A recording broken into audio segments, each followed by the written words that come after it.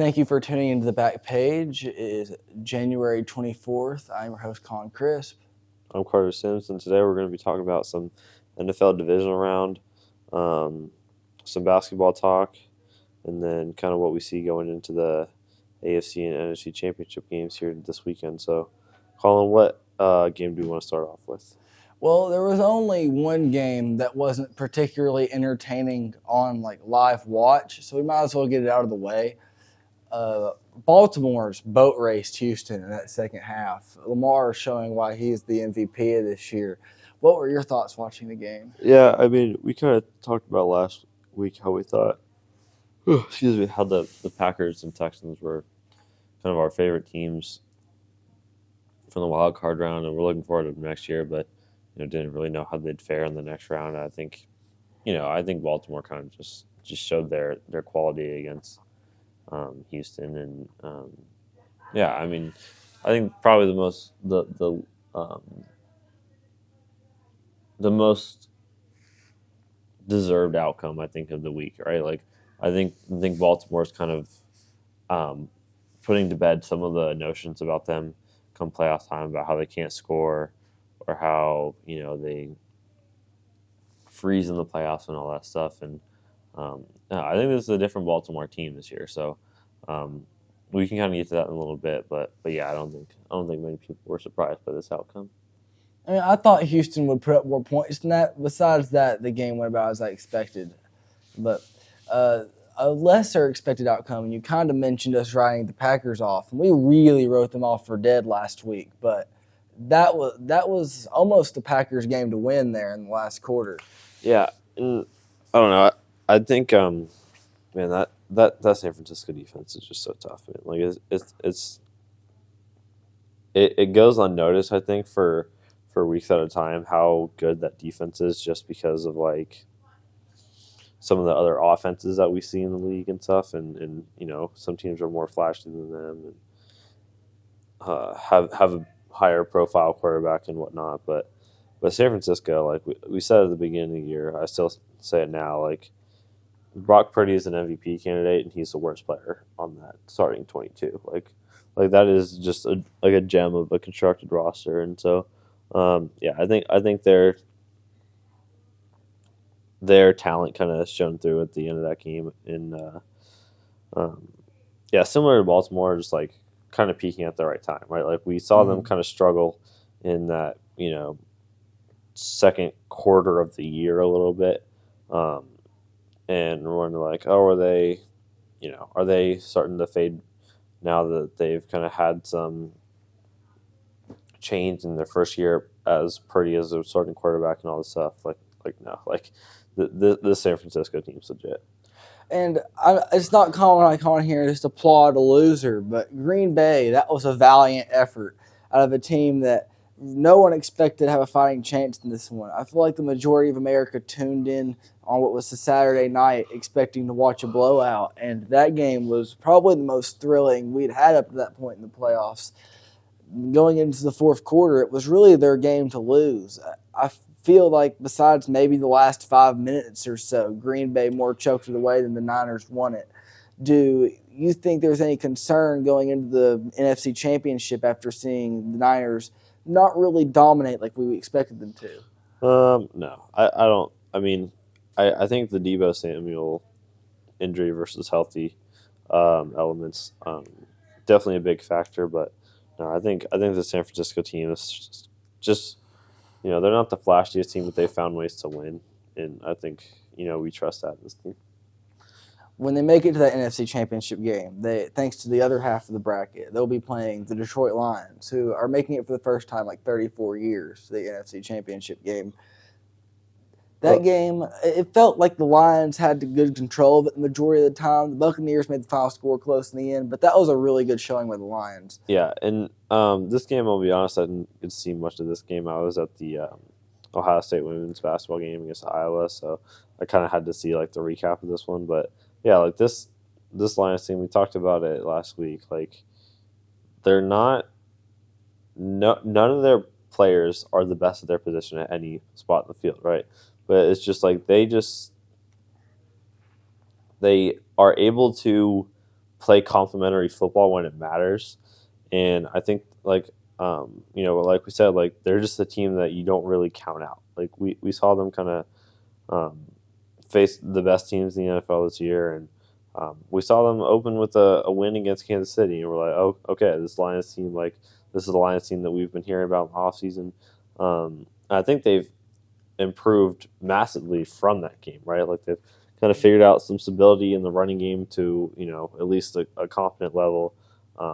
Jared Goff looks like, as I don't mean this in a bad way, but like a good game manager, right? He's not going to lose you the football game. Yeah. So, yeah, like I want this Lions team to get in the Super Bowl so bad. Like out of the 4 teams, this is who I want to win the Super Bowl. That's where I'm at. And I don't know if it's going to happen, but I think a lot of people want this Niners team to go down, and the fact that it's just like kind of everyone's sweetheart team playing them is just an added bonus. But yeah, I think if you had a map of people and what team they wanted to win the NFC Championship, California would be red, and then the rest of the country would just be blue. Oh, it was. They have maps like that, and I always check them because I find them funny. And that was I think the most of one color I've ever seen that map for a playoff. Yeah. The only game we haven't talked yet, arguably the game of the week, it was a really tight contested matchup between the Kansas City Chiefs and Buffalo Bills. Another classic between these two teams that seem to just make classics every playoff now. What were your thoughts watching that one? Yeah, people have kind of talked about this being the Brady and Manning of this generation. And I can see that because it seems like every time that these two teams play, it's like massive implications, right? Mm-hmm. The only thing that I'm hesitant about to kind of give it that type of title is there's not a lot of parity in the matchup. Like Kansas City consistently beats Buffalo in this matchup in the playoffs, and everyone's talked about that Stephon Diggs picture where he's like holding his helmet as he watches the confetti. That was 3 years ago, and that's more relevant now than it was ever. Yeah, like I don't know, and people have criticized Josh Allen and for not being able to get over this hump, and how he's considered to be the top 3 quarterbacks in the AFC with Joe Burrow and Patrick Mahomes, but he's not able to beat any of them. Like I don't necessarily know that that's a valid effort because like it's not like he's going one-on-one with Patrick Mahomes and Joe Burrow, right? Like, yeah. It's completely other side of the ball. So I don't necessarily completely buy into that notion. But, yeah, like it seems like Kansas City cause like we even said this in the Dolphins game like when we were doing our first playoff like predictions episode, like they just find a way in the playoffs. And this is probably the worst team that they've had in the past 5 years. And, like, I don't think anyone right now is, like, talking about the Kansas City Chiefs the way we talked about them in Week 6. Like, they just find a way once the weather gets cold to go and win football games. I don't think that Buffalo – let me rephrase this. I don't think Josh Allen should be the one taking the hit for this loss. I don't think he should be the one taking the hit for the lack of Super Bowl success. The amount of hate that he's been getting in media since that missed kick has been brutal, and it's not his fault. I think that this isn't the NBA. You can't go out there with 2 or 3 really big stars and be carried by one guy to win you a game. Josh Allen cannot go Joel Embiid them way to a win. That being said, the coaching has to be at least warm, considering how good that roster is. The receiving talent, the quarterback, probably the best O-line in their division, and definitely one of the best in the AFC. The defense, year in and year out, is, if not the best, at least one of the best defenses in the league. And they just can't get it done when it gets cold. Do you think this closes the window for this kind of wave of the Buffalo Bills? No, I don't think it's over yet. I don't know what offseason has in store for them, but I think as long as Josh Allen's in his prime, which he is, then this is the era is not over yet. We should see them at least contending again next year. Yeah, I'd agree. The only thing that I'm hesitant about is Stephon Diggs, right? Like, does he want out? Because I know he's kind of had some issues with the team in the past few years. And one thing about that is, like, one of the biggest plays in the game was him dropping a ball. Like, it's not a lack of targets for him. So, yeah, we'll see. I think I'm always a fan of keeping your team together and going at it another year. But we'll see. All right, so we got our final 4. I need the predictions for the rest of the way out here. Okay, so originally I had the Ravens over the Bills, but there's no Bills here. It's Chiefs. I'm still sticking with the Ravens. And then I had Niners over Cowboys, but they fizzled out early. So the Niners going to beat the Lions instead. Super Bowl is exactly what I said it would be. Ravens, Niners, and the Ravens win.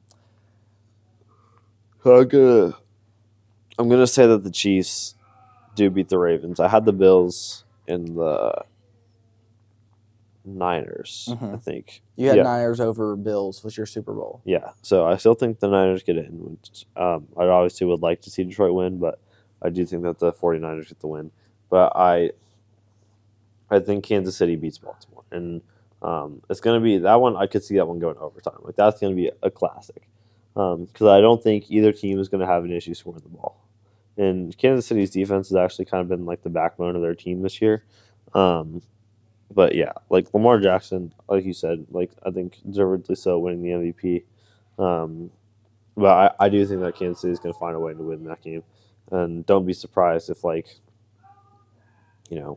there's a crucial 3rd and 17 that they manage to pick up and get in field goal range right at the end and then spike it and hit the game-winning kick. Like, it just seems like that type of game.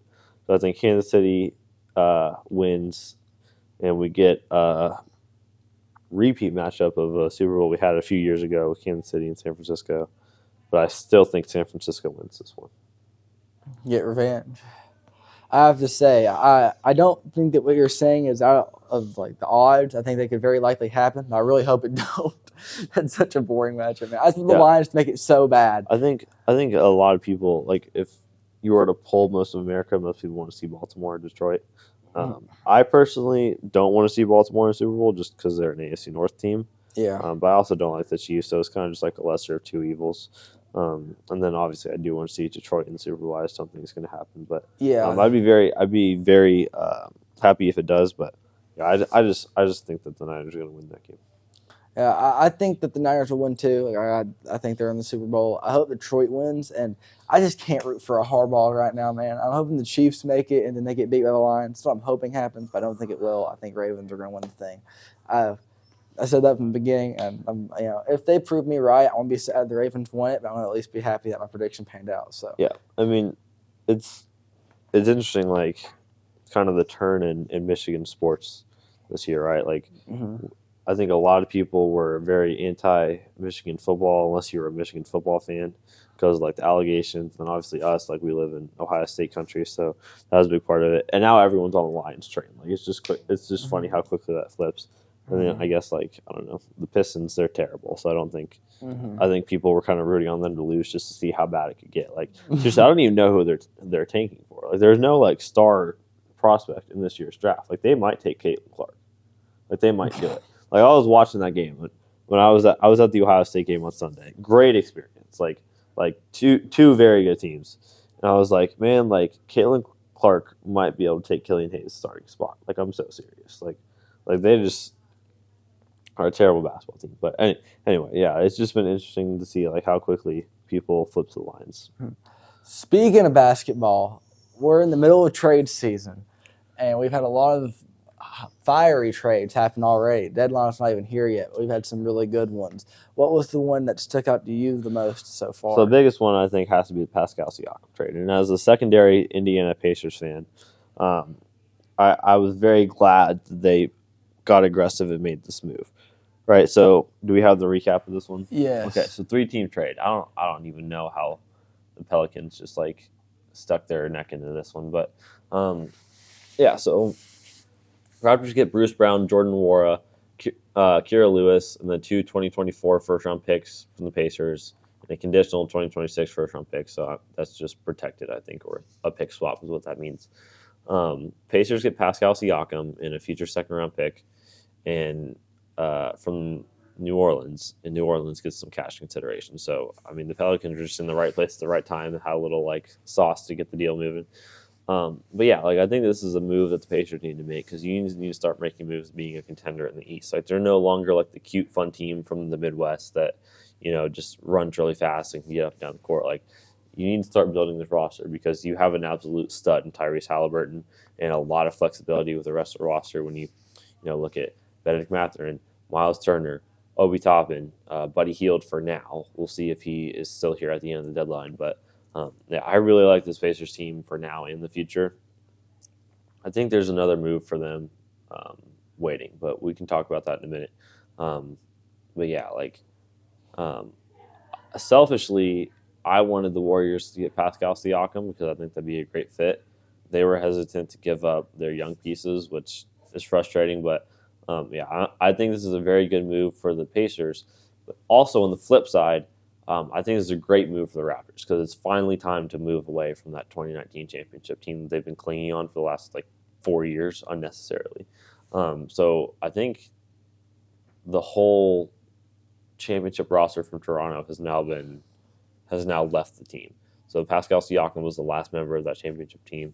And then Bruce Brown, he's played a few games for them, but there's rumors that he might get traded. I do think he will get traded here soon just because he doesn't really fit them in terms of timeline. He's a good player. Hasn't been the same since he left Denver, but still a very good player. And then Jordan Warwick, Kira Lewis, they're good, guards. So I think I could see them sticking around in Toronto for sure. But I do think Bruce Brown will get flipped. So let's go grades. I give this trade an A- for the Pacers and a B+ for the Raptors. I think I agree with you 100%. Yeah, I would say I do think there's another move waiting for Indiana, and that's just to go get another guard you can put next to Tyrese. It's not going to be Donovan Mitchell, although that would be really fun. I don't think they can afford that though. But someone I don't know, I don't know, just another shooter. I think just another shooting guard that you could put next to Tyrese Halliburton. You don't think they go get defense? No, because I think you trust the defense that you already have in terms of rim protection with Miles Turner. Now you have Pascal. Already have Benedict Mathurin. And then I do think shooting, because you're going to have to trade Buddy Hield eventually just because of his contract and his age. And he's one of the best shooters in NBA history. So I do think you need to go get that shooter that you can kind of rotate into the starting lineup if that's the fit. But yeah, I think this is a very good move for Indiana to start moving towards being a contender in the East. Another big trade that happened, this one was more recent than that one.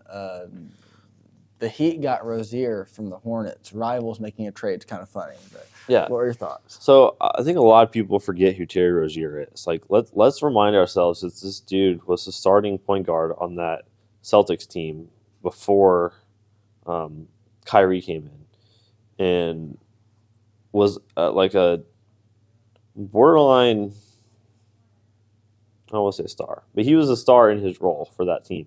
High volume scorer, can distribute the ball, very athletic around the rim,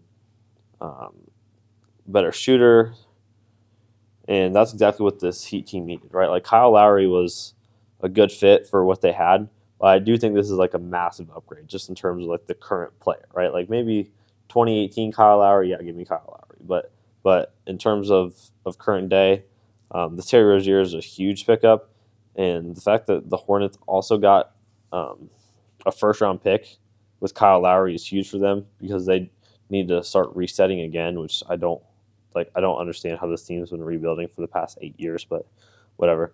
But yeah, they need to start just kind of getting some of the bad contracts that they have and some of the older players that they have off to contenders. And so I expect to see Gordon Hayward moved here soon because he's still on that team. But I give this one, say a solid B for the Heat and then a B+ for the Hornets.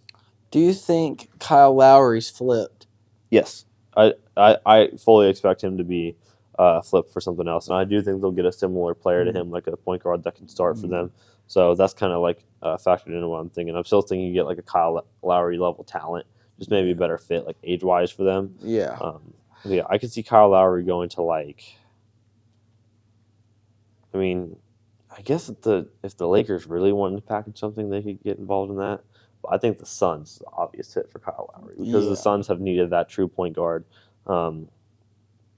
Needed someone that's just not a minimum contract player other than their top three, because that roster is like Bradley Beal, Kevin Durant, Devin Booker, everybody else, and like Bol Bol's kind of in there sometimes, but yeah, I think the obvious fit for Kyle Lowry is the Suns. Yes, I agree with that. I think that for the Heat, I'd give this a B, and for the Hornets, I have a hard time grading it because I don't know what they're going to get for Kyle Lowry.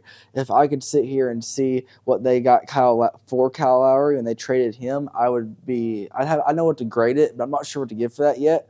So I'm going to hold on that. But whenever we see what the Kyle Lowry return is, I think that this could be really great for them. This could be like A range if they get a good Kyle Lowry haul.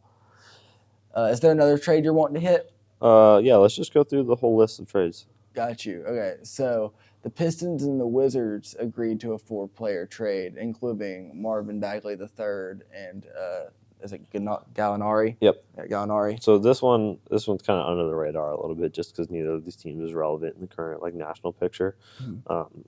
But I think it's a very good trade for the Pistons because it finally clears up this kind of logjam that they've had at center for a long time now. They've had 4 centers on this roster that are getting solid time, and they don't need that. So Danilo Gallinari kind of past his prime, older player. Same deal with Mike Muscala. Like neither one of them is like a prime player is going to come in and change their roster, but it's more addition by subtraction and getting rid of Marvin Bagley III. I mean, he was kind of a bust in Sacramento. They picked him up, tried to salvage his career, and then he just kind of added to the surplus of centers that they have up in Detroit. So yeah, I think it's kind of like just reshuffles your cards a little bit. Mm-hmm. I could see both these guys getting flipped right now just because the Pistons aren't in, they're a young team. They're trying to stay young and get young prospects. So I don't think they're married to either one of these guys. But yeah, and then for the Wizards, like I don't love this trade for the Wizards just because I don't think it does anything for you other than the second round picks. That's nice, but nothing about the Wizards scouting department in the past 7 years has led me to believe they're going to do anything notable with those second round picks. Mm-hmm. So I think this one, the Pistons made out the best here. I'd give them like a B just because it's not a high impact trade, just a good trade. But the Wizards, I give a C-. Like I just don't see what the vision is with this one for the Wizards. Well, I think that just looking at it, I think Marvin Bagley III probably the best player just skill-wise in the trade. And then on top of that, there's 2 second-round picks. If you would have told me beforehand, hey, Gallinari and Muscala for 2 second-round picks, like I'm not confident in the Wizards scouting department, no, but those 2 players aren't doing anything for the Wizards. They're ancient on a team that needs to be young. So I think that alone would be like, oh, well, they're giving them the tools to make moves. And you throw Marvin Bagley in there. I don't think it's too bad for the Wizards. I see that. It's just also playing into my thing is like there's rumors of them trading Kuzma and Poole now, and it's just like what is this team? Like this team legitimately needs to be relegated. They're the least relevant team in all of sports. Yeah. If you take the NHL, the NBA, the NFL, and the MLB, the Wizards are the least relevant team in all of the 4 major sports. Like I don't know. I'm tired of the.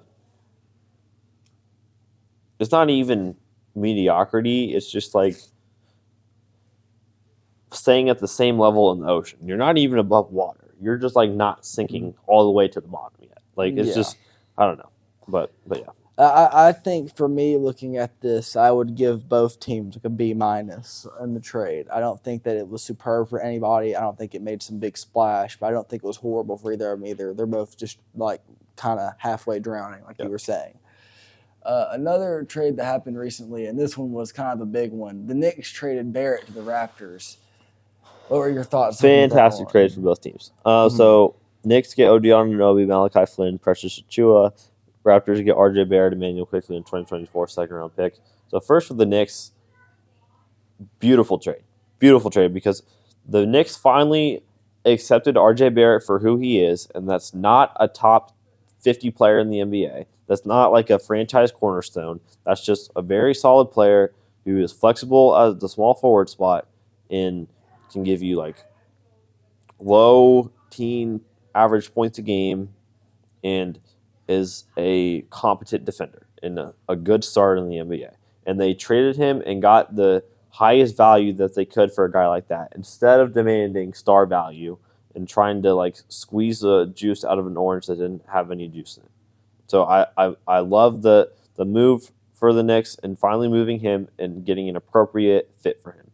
And then throwing in Emmanuel quickly, good player, had kind of a diminished role as his years kind of went on in the Garden, but